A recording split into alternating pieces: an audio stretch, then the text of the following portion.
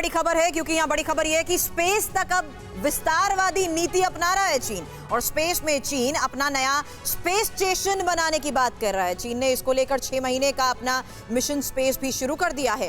हालांकि अंतरिक्ष में दबदबा बनाने की ड्रैगन की इस तैयारी पर डॉक्टर अंशु आपसे मैं बात करूंगी, लेकिन उससे पहले और क्या-क्या डिटेल्स हमारे पास हैं इस बारे में हमारे दर्शकों को बता दें, क्योंकि स्पेस में चीन का ये विस्तारवाद, नए स्पेस स्टेशन को डेवलप करने में चीन अब जुट गया है। 3 अंतरिक्ष यात्रियों को चीन ने अपने मिशन में लगा दिया है। हालांकि 6 महीने स्पेस में चीन के मिशन पर ये अंतरिक्ष यात्री काम करेंगे और साल के अंत तक इस स्पेस स्टेशन में नए मॉड्यूल जोड़ने की भी ये योजना है। हालांकि अगले साल शुनथियान नाम के टेलीस्कोप को भी अंतरिक्ष में स्थापित करने की बात चीन कर रहा है। ये टेलीस्कोप चीन के इस नए स्पेस स्टेशन से ही जुड़ा रहेगा। हालांकि पिछले साल ही स्पेस स्टेशन के पहले मॉड्यूल को अंतरिक्ष में स्थापित किया गया था और इसे चीन ने तियांगोंग नाम भी दिया था, जिसका मतलब होता है स्वर्ग का महल। चीन की योजना स्पेस में अमेरिका को चुनौती देने और आगे निकलने की है। Again China versus America. Exactly आप यदि किसी भी डोमेन में जाकर के देखें तो चीन आज की तारीख में आपको अमेरिका के साथ भिड़ते हुए नजर आएगा। तो जो ये स्पेस में अब हम चीन के विस्तारवाद की बात कर रहे हैं, उसके पीछे भी यही कारण है। कुछ दिनों पहले चीन ने अपने जो न्यूक्लियर शस्त्र हैं और जो न्यूक्लियर क्षमता है उसमें भी विस्तार की बात की थी। और आर्थिक विस्तार की भी जो बात चीन करता है वो इसीलिए करता है कि कहीं ना कहीं चीन अमेरिका को अपने सबसे बड़े प्रतिद्वंदी के रूप में वैश्विक स्तर पर देखता है और उससे आगे निकलना चाहता है। मैं चाहूंगा छोटा सा कमेंट आप इस पे करिए। जी, ये अमेरिका से आगे बढ़ने की जो चीन की है, ये प्रोग्रेस का अप्रोच है या ये ऑब्सेशन है? क्योंकि हम देखते हैं कि ओलंपिक के मेडल जीतने के लिए वो अपने बच्चों की जान दांव पर लगा देता है। मैंने आपको कुछ देर परिवारों से बच्चे छीन लिए जाते हैं, ये सब भी हमने सुना है। बिल्कुल। तो ये ऑब्सेशन है या ये प्रोग्रेस का पाथ है? देखिए रवि, ये आपने बहुत अच्छा प्रश्न पूछा कि आप जब किसी काम को करने जाते हैं तो उसका उद्देश्य सकारात्मक है या नकारात्मक है। मैंने भारत के परिप्रेक्ष्य में कहा हम अपनी लकीर सकारात्मक तरीके से बड़ी कर रहे हैं। हम अपने आसपास के किसी देश का अपने देश में विलय करने का कभी नहीं सोचते। हम विस्तारवादी नहीं है, जैसा कि विवेक ने भी कहा, हम एक लोकतांत्रिक देश हैं, अपनी शक्ति के बलबूते आगे बढ़ना चाह रहे हैं। लेकिन चीन के साथ ऐसा नहीं है। और आप यदि देखेंगे तो तमाम वामपंथी देशों के साथ आपको ये समस्या नजर आएगी। देखिए, जहां तक चीन का डेवलपमेंट का सवाल है, उसकी आंतरिक स्थिति क्या है कभी बताया नहीं जाता। अंदर किस किस स्टेट में कितनी बैकवर्ड है, कितने लोग पीछे हैं, कितना एक्सप्लॉइट किया जा रहा है, कितनी ह्यूमन राइट्स का वायलेशन हो रहा है, किसी का कुछ नहीं पता चलता। ये दिखावापन है, आगे बढ़ने की कोशिश कर रहा है। उसका पैरामीटर यही है कि ग्रोथ जितना है, जितना ग्रोथ दिखाओगे कि हम इतना आगे बढ़ गए।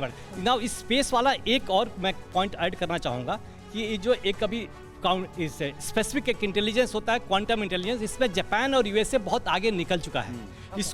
इसका यूटिलाइज किया गया जब इसके रशियन शिप्स और कुछ मारे गए। लेकिन इसको काउंटर करने के लिए ये space station and to have full control point के ये जरूरी है। इसी मेरे ख्याल से इसी उद्देश्य से आगे बढ़ना चाहिए। और एक देश के लिए एक चीज होती है कि आप ज्योग्राफिकल बाउंड्री बढ़ा रहे हैं, लेकिन जो एक नेशनल इथोस होता है, क्या चीन के लोगों में वो है एक देश के तौर पर? या फिर कभी अगर एक पार्टी का कंट्रोल टूटा तो क्या वो देश ऐसा ही रहेगा जैसा हमें दिखाई दे रहा है? ये भी एक बड़ा प्रश्न है। और देखिए, रिकॉर्ड महंगाई से बाइडेन सरकार पर दबाव बढ़ा है। उधर अमेरिका में भी चिंताएं बढ़ी हैं। बाइडेन की महंगाई दर 40 साल में सबसे ज्यादा मई में 8.6% तक पहुंची महंगाई दर। राष्ट्रपति बाइडेन बोले पुतिन ने पूरी दुनिया में महंगाई बढ़ाई है, महंगाई पर काबू करने की पूरी कोशिश कर रहे हैं।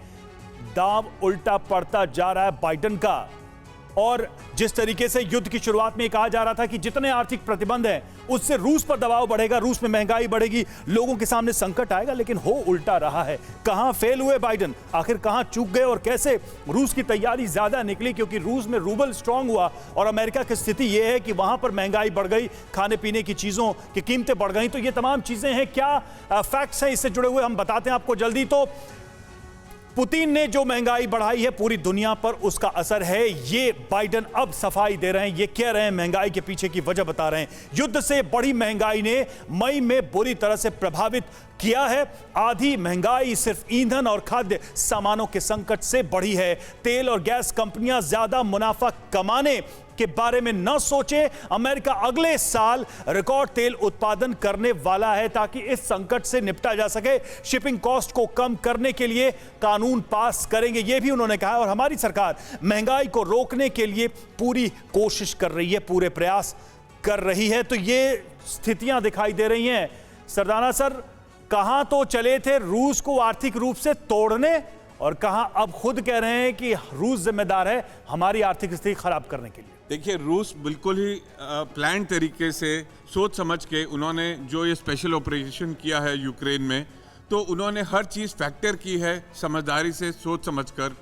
वेयर एज अमेरिका और नेटो देश और यूक्रेन एक रिएक्शन दे रहे हैं वापस, जो उनके साथ हुआ है उनका वापस रिएक्शन दे रहे हैं, और कुछ उसमें कुछ स्ट्रैटेजी भी नज़र नहीं आई। आज सैंक्शन लगा दीजिए, कल हथियार दे दीजिए, कल कुछ और कर दीजिए, तो वो एक रिएक्शन है, एक जो उसके अगेंस्ट एक प्लान स्ट्रैटेजी जो रूस की थी। इसलिए आज अमेरिका उस स्थिति में है और उसी को भारी पड़ रहा है। ये जो हथियार उन्होंने सप्लाई किए हैं, ये जो नहीं, मैं सर इसमें ये कहना चाह रहा था कि क्या बाइडेन इतने भोले हैं कि उनको ये नहीं पता था कि जब वो सैंक्शन लगाएंगे तो रूस भी तेल को रोकेगा, ईंधन को रोकेगा?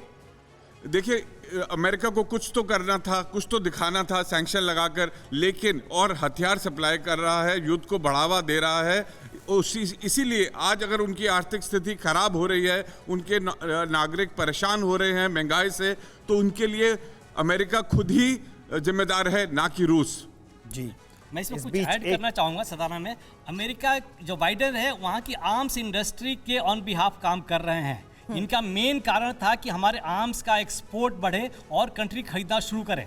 इसमें कितने कामयाब हुए नहीं हुए कहना मुश्किल है। हाउएवर उनकी आंतरिक स्थिति खराब हो गई, जहां बच्चों के पास गन कल्चर में कई बच्चे मर गए। जी। कितने इंसिडेंट्स बढ़ते जा रहे हैं और ये आर्म्स इंडस्ट्री के इन्फ्लुएंस में उनके कब्जे में, जबकि तिवारी सर, पिछले इसको जब हम लोग विश्लेषण करते हैं तो एक बात वो भी नहीं भूलनी चाहिए कि अमेरिका ने अपना रख दिया है पक्ष। कुछ दिनों पहले रूस ने भी अपना पक्ष रखा था और ठीक यही बात बोली थी कि कोविड के नाम पर इतना ज्यादा अमेरिका ने अपने बाजारों में इन्वेस्ट कर दिया है कि सिर्फ अमेरिका ही नहीं, पूरी दुनिया में महंगाई बढ़ी है और उसका पूरा पर्चा रूस यूक्रेन युद्ध के नाम पर फाड़ा जा रहा है। अड़ी सोमवार से शुक्रवार शाम 6 बजे सिर्फ TV9 भारतवर्ष पर।